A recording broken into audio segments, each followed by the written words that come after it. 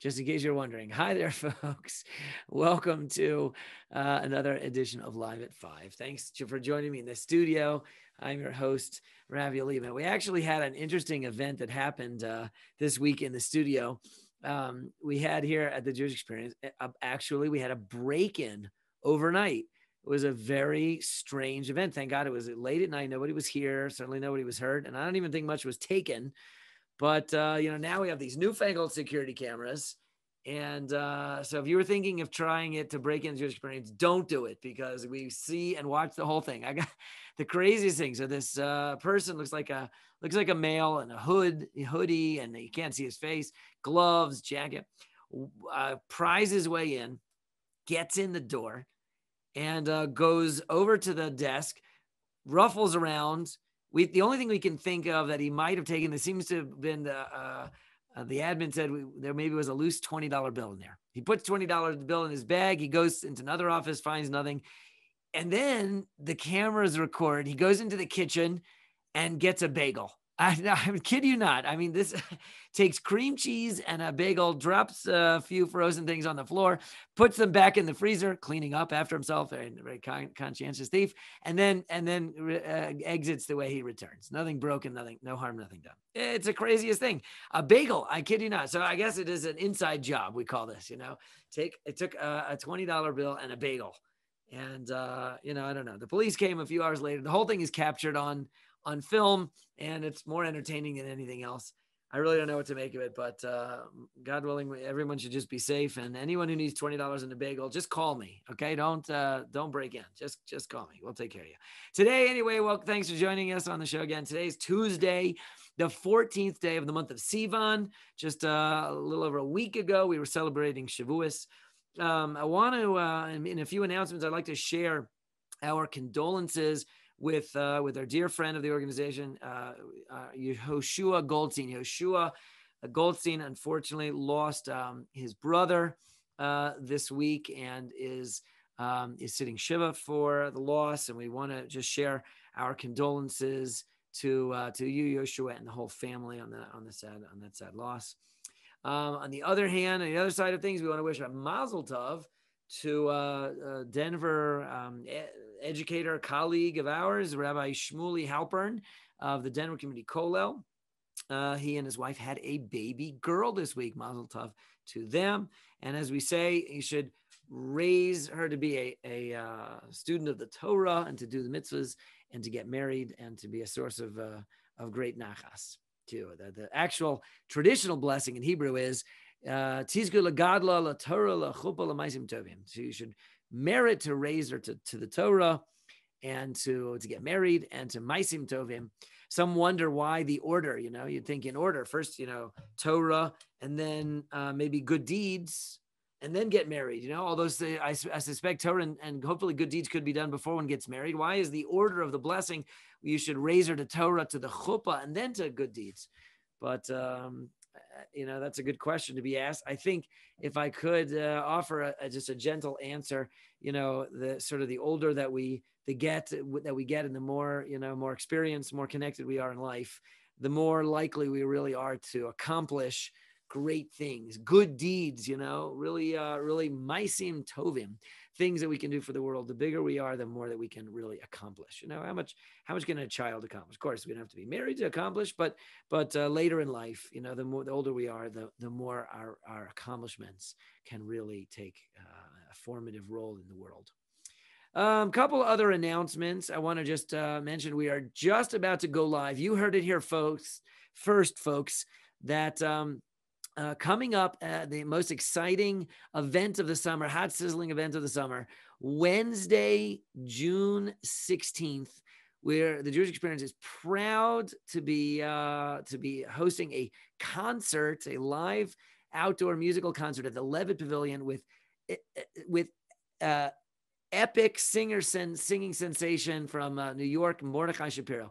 He's an amazing, talented singer and entertainer with many albums, performs all over the world and draws big crowds. And we're very excited. First, Colorado, Wednesday night, June 16th. You will be hearing a lot more about that, and tickets will be going on sale soon. It'll be epic. It's very exciting. Bring the community together after the pandemic for a broad, come one, come all concert experience at the incredible Levitt Pavilion, a new outdoor concert venue in Denver I've never been to. I'm very much looking forward to being there and being there with you. So you'll hear more about that, and keep your ears peeled and your calendar clear for Wednesday evening, June 16th. Another last announcement I started making yesterday. I just want to tell everyone and remind everyone the Shmorg program here, the Jewish Experience, is resuming tomorrow night. Shmorg means a smorgasbord of buffet dinner, delicious buffet dinner first from this week from special from Brooklyn Pizza. And after that, we're going to have 2 classes as well, 2 half-an-hour interesting topics for thoughtful discussion.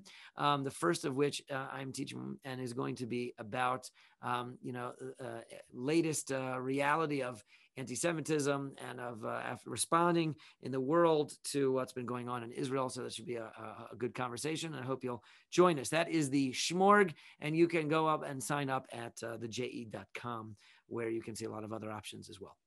Someone was asking me, this is a little bit of a news update. In the East Coast, we are suffering this year from the 17-year cicada plague. I don't know if it's a plague or not, but it's awful. And cicada bugs is kind of like a locusty grasshopper kind of thing. And they come in tremendous swarms. They actually live in the ground and hibernate, I guess, for 17 years at a time. And every 17 years, these things pop out of the ground and they go berserk for a couple months. And that is happening, I think, right now. I've got a nervous 12th grader in school in the East Coast, and his campus is surrounded by forest. And they're bracing for impact. Someone texted me just before the show and asked, are cicada bugs kosher? Rabbi, can I get a kosher cicada bug? So, and I unfortunately had to share the bad news. Cicada bugs are not kosher. Which that cicada bug recipe that that you saw on sale, you could just pass that one by. No need. But it reminds me, that during the plague of locusts in Egypt, the Torah actually said that, I guess it was earlier on in the plagues. It wasn't locusts. It was the plague of frogs. When the plague of frogs in Egypt ended, this is for the Seder table, the plague left an enormous number of dead frogs all over the country of Egypt, So, I mean, the frogs, there was I don't know, millions of them. They were plaguing the Egyptian lives terribly. And then when the plague was over, the frog just died everywhere. So that was pretty miserable, except if you eat frog legs. And apparently the Egyptians did. And the Egyptians collected up the frogs. And as much as they'd been traumatized by the plague, they were actually quite happy by being able to eat the frogs afterwards. So, some say they taste like chicken. I wouldn't know, but the cicada bugs are not kosher, so no joy there. And that's could be pretty traumatic. I remember as a kid, when I was young, we used to have the cicada bugs. I don't remember if it was the 17-year or just the regular. They used to make a lot of noise, crawl out of the trees, and they were great toys for kids. Actually, now that I think about it, in the Mishnah, there is actually a discussion about these, about whether or not, cicada bugs, you should let the kids play with them, it's probably locusts, some equivalent. And it depends. Are they kosher? Are they not kosher? And there are kosher species of locusts. They make great toys either way. But one of the opinions was concerned that if you give them the non-kosher kind to play with, who knows, maybe they'll end up eating them. So I don't know. I don't know if that was something we didn't do as kids. So we definitely did not eat the bugs as kids. We played with them, yes. Eat them, not so much. There was a young lady here a few years ago from a Jewish Yemenite descent. She was actually born in Yemen, and in the Yemenite Jews still have a tradition of eating kosher locusts. You have to know which one's which. There's some you can, some you can't eat, and they're still eating them. And I asked her. She was a Sherut Lumi, which is like a national service student, and she was here working in the community with through the federation. And I said to her, I said, you got to be honest with me. Have you ever eaten locusts? And she said, yep. And she looked healthy. All right. So today on the show, I want to introduce. We're going to have a book of the week. I want to just discuss for a minute this lovely set of books that Rabbi Wasserman dropped on my shelf today. This is the Sefer HaChinuch. This is actually a Hebrew-English 5-volume version of it. It is a very, very classic, important work, and I'm delighted to just be introducing it to you. The title, Sefer HaChinuch, means the book of education. Chinuch is, would make a great word of the day. Chinuch means to inaugurate or to induct or to start off something on one's journey. What do you do with a ship? You smack it with a bottle of wine, and well, we won't go there, but you start it off on its journey. And so then in Hebrew, the word for that is chinuch. In fact, you can be mechanech, which is the verb to educate or to launch into adulthood, a child. And this book was written many, many centuries ago by a father whose son, I believe, was going off, and he was leaving town, and he wanted to write something for his son to read on Shabbos as an educational, worthwhile book to read on Shabbos. So this book has become a classic ever since, and that is many, many centuries ago. And I believe it's if I'm not mistaken, it's the actual author is unknown. It's unknown to us exactly who wrote it, but it's so well regarded. It's been published all these centuries, translated into many languages, and it is widely referred to and even commented upon. I have another set of them at home, which is a 3-volume Hebrew only, but it has lots and lots of commentary on top of it. It is an amazing book, and amazing, I guess, perhaps because of its unique contribution to Jewish scholarship. What was the unique contribution of the Sefer HaChinuch and its author? Was basically the book is a description of every one of the 613 mitzvahs. So listing the 613 mitzvahs is not necessarily a new thing, because in fact, the list of the 613 mitzvahs that the book is based on is not of the author's origin. It is Maimonides' list. There are many early commentaries that went through the painstaking task of determining exactly which one of the instructions of the Torah are the authentic list of 613 commandments. There are a couple of opinions, and one of the most significant is Maimonides' list. So the author took Maimonides' list, except that he broke it down by parsha. So you can read each week's parsha with the mitzvos that are listed in that week's parsha. Now, then what the author did was he explained them, and he explained them in a very interesting, unique way, not just about how to perform the mitzvahs or where to look in the Talmud for more information about that mitzvah, but he explained sort of a background rationale for the mitzvah.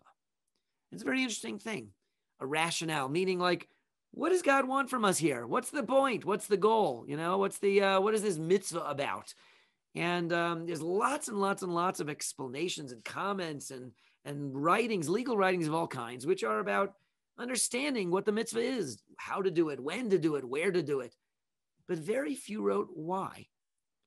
Now, the answer to why one does the mitzvahs could really be, you could have a one-size-fits-all answer, because God commanded it after all. I mean, it is a commandment. Why do we do it? Because God said so. He's the commander in chief, and we're his citizens. Of course, he says, do it, we do it. Why do we do it? We do them because they're commandments. But in addition to that, the author gave us a bit of a sense in his clearly quite educated way of what to think about when we're reading about a mitzvah, or thinking about performing a mitzvah.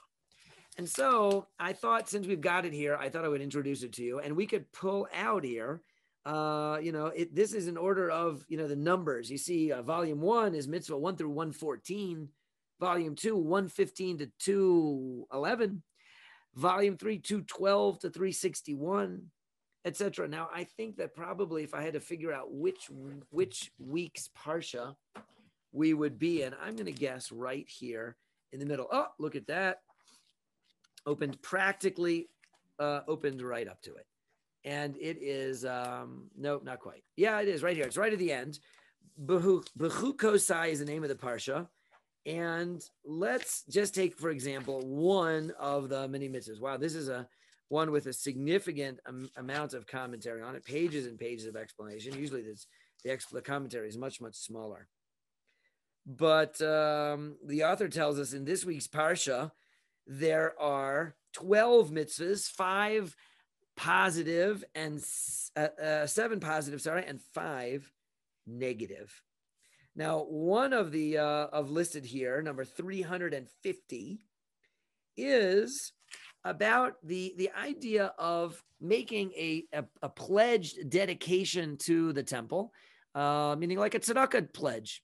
Like could be almost like you think about making a pledge to contribute to the synagogue building fund.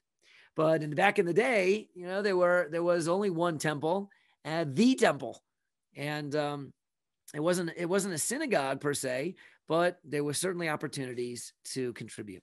And the Torah in this week's parsha talks about a very interesting way of making a dedication called erchen. Erchen would be, the idea is that each and every one of us has kind of a for this purpose and this purpose only, a value. And if I could say, I would like to donate Lenny's value to the temple. So I got my buddy Lenny, and based on a monetary assessment of what Lenny's sort of a donation value would be based on age and other factors, the Torah gives a basic breakdown. So then it'd be like saying, Lenny, for your birthday, which was this week, happy birthday, Lenny. So I want to dedicate your value to the temple. And I would then know exactly how much to give. Let's say it would be 30 silver shekels. And that's a whole interesting idea. There are many ways of making a meaningful dedication and donation to the temple, but this is a very interesting one. It's almost like saying and let me read you this paragraph that describes it from the author of the Chinuch today. He says it like this: at the root of this mitzvah lies the reason that man becomes a partner in the supernal realm in no other way but through speech. This is the entire honorable, distinguished part of a human being. And that's why a human being is called a living spirit, as the classic Aramaic translation, Unclus renders it, that when God put a soul into mankind, he became a speaking spirit. All other parts of the body are ephemeral. They will die and perish. But if a person should lose this good part, the body would be already dead. It's an instrument for which there is no desire. Therefore, man was given the obligation to fulfill his word, his speech, which he uses for matters of a heavenly nature under all circumstances. For example, regarding consecrations and matters of charity. What does that mean? It means that we should recognize the power of our words. Our words are our holiest, most eternal value. When we say something, it's spiritual, it's eternal, it's holy. And when we make a pledge and we want to, as it were, connect the dots between, let's say, one individual and God's holy temple, and we would make a pledge of that person's value, then we are giving money, but we're also connecting that person to the world of holiness. And we do so with our words, because our words are our most spiritual faculty, the least ephemeral, the most eternal. And I just pulled that out of a hat to some degree. I had really only meant to talk about the Sefer. Get yourself a copy of the Sefer HaChinuch. There's a 1-volume version. There's a 5-volume version with lots more in it, and lots of great things and good reading. And you too can enjoy a little bit of insight into each and every one of the 613 mitzvahs. Okay, book of the week today.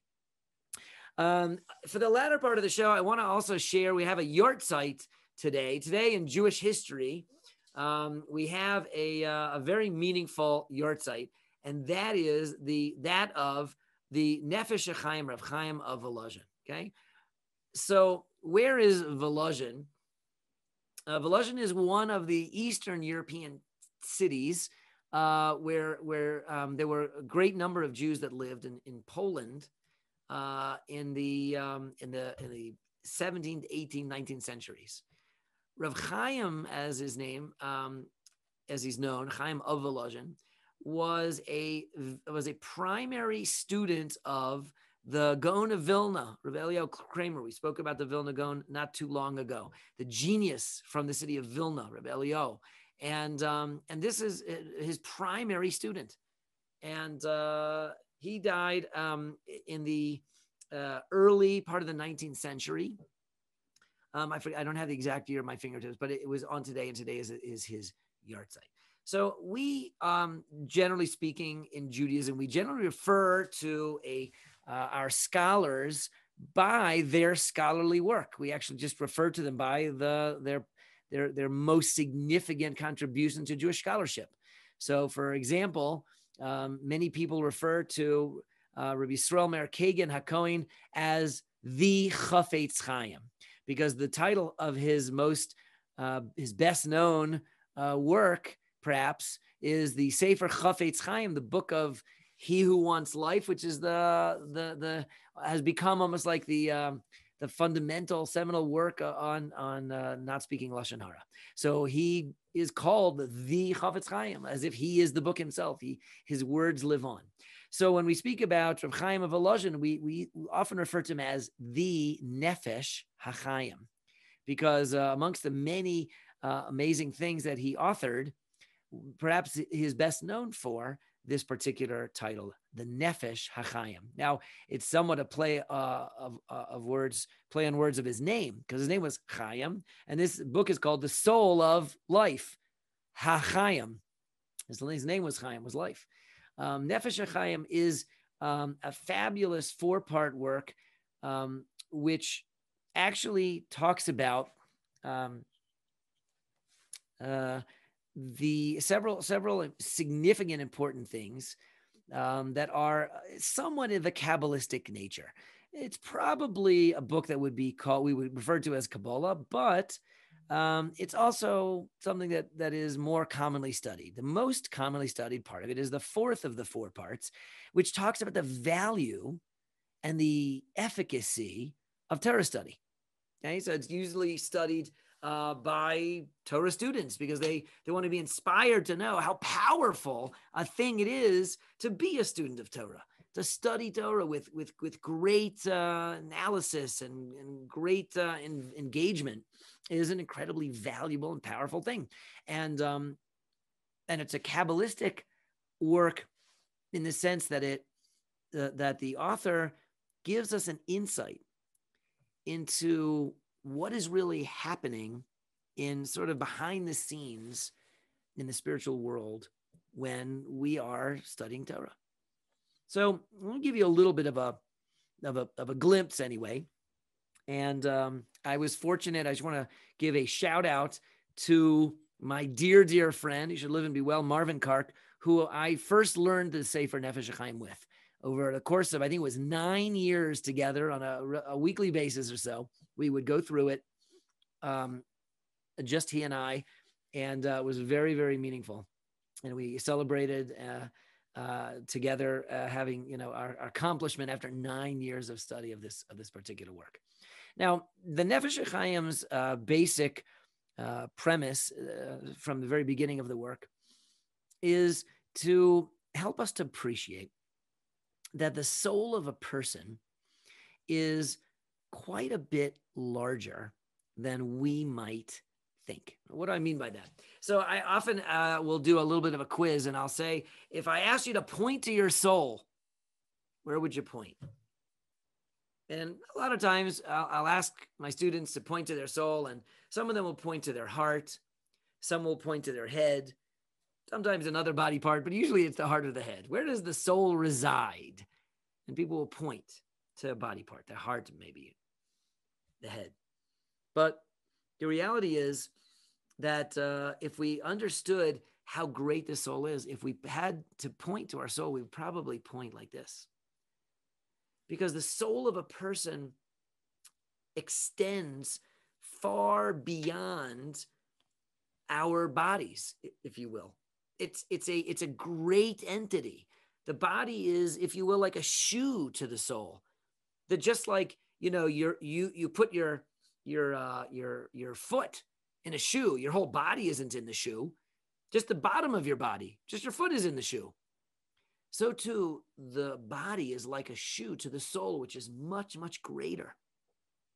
And the body is like a shoe. In fact, I'll tell you that if you take that appreciation, you'll understand a little bit more deeply why on Yom Kippur, one of the things that we refrain from, besides eating and drinking, is wearing proper leather shoes.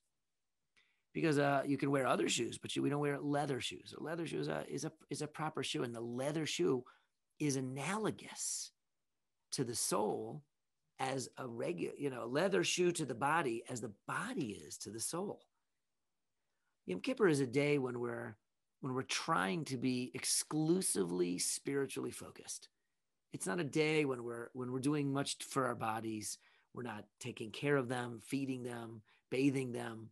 We're trying to put our bodies aside, as it were, and just be entirely, exclusively devoted to our souls that day. And so to symbolize the fact that we're like putting the body aside, we take off our leather shoes and we put them aside, as it were, because the way that the body meets the world in a shoe, the soul meets the world in the body. And so the Nefesh HaChaim explained and gave us really a beautiful metaphor for understanding the three basic parts of the soul. I say three basic because there are, Kabbalistically, mystically, there are really more like 5 parts to a human soul. But he talks about the most basic 3 parts. And the words for those are Nefesh, Ruach, and Neshama. Okay? Nefesh, Ruach, and Neshama. 3 words for soul. Now, the Nefesh HaChaim pointed out that all 3 of these words have to do with air or breath. Okay? So, for example, the word Neshama is the same word as a breath, a neshima. And it says that God breathed into man the breath of life, and he became a living soul. And all of these 3 words appear there. So it says that he breathed into him with the word nishima, nishmas chayim, and he was lenefesh chaya. And the word nefesh there, a living nefesh, a living soul is there. So that's neshama nefesh. And if you look in the classic Aramaic translation of the text, which we referred to earlier, he refers to the soul by the word ruach, which is the 3rd name of soul, ruach. Now, in other uses, these 3 words all have to do with breath or air, wind. And as we'll see in the following beautiful metaphor, and that is that the Nefesh HaChaim gave us in his work.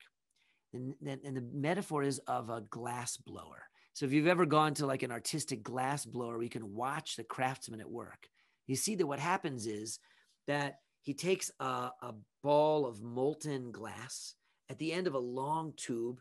The glass is hot, and he blows through the tube, and the air, breath goes through the tube and expands the molten glass at the other end of the metal tube and makes some beautiful cup or a ball or something. So says the Nefesh HaChaim, the 3 parts of the soul are akin to the glass blower process. So the breath, the word neshima, which means breath, is the neshama of a person. And that's like the air that's about to be blown by the glass blower through the tube. The word ruach, which means wind, is the moving air that as it's going through the tube. And the word nefesh is the expanded air which reaches its destination and fills the glass. That's the nefesh. And that's the word for like to come to rest in the glass. So if we think about that metaphor as describing the 3 parts of a human soul, there's a neshama, which is still in the mouth of the glass blower, the creator, the God Almighty, who breathes the breath of life to us. Our neshama is that breath, as it were, in God's mouth. The ruach is that connective part of our soul, which extends from there down to us. And the nefesh is the third and lowest part of soul. That's the part that fills our bodies like the air fills the glass.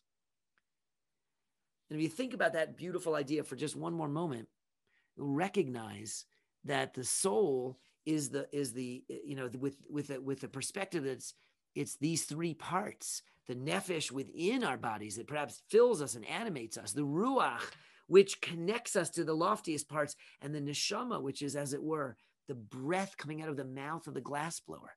The Creator Almighty, part of us, is, as it were, right there with God, the highest, loftiest part.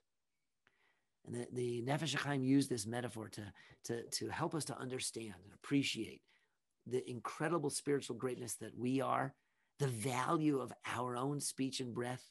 And when we use that speech to study Torah, we accomplish incredible things in the spiritual world above that have and translate directly into the reality that we live here. So that's just a little bit of a glimpse into some of the fascinating topics discussed in the Nefesh HaChaim of Rav Chaim of Volozhin, whose Yortzeit is today. May his memory be for a blessing. Thanks for joining us today on Live at 5. Have a healthy and a holy. I'll see you tomorrow at Live at 5.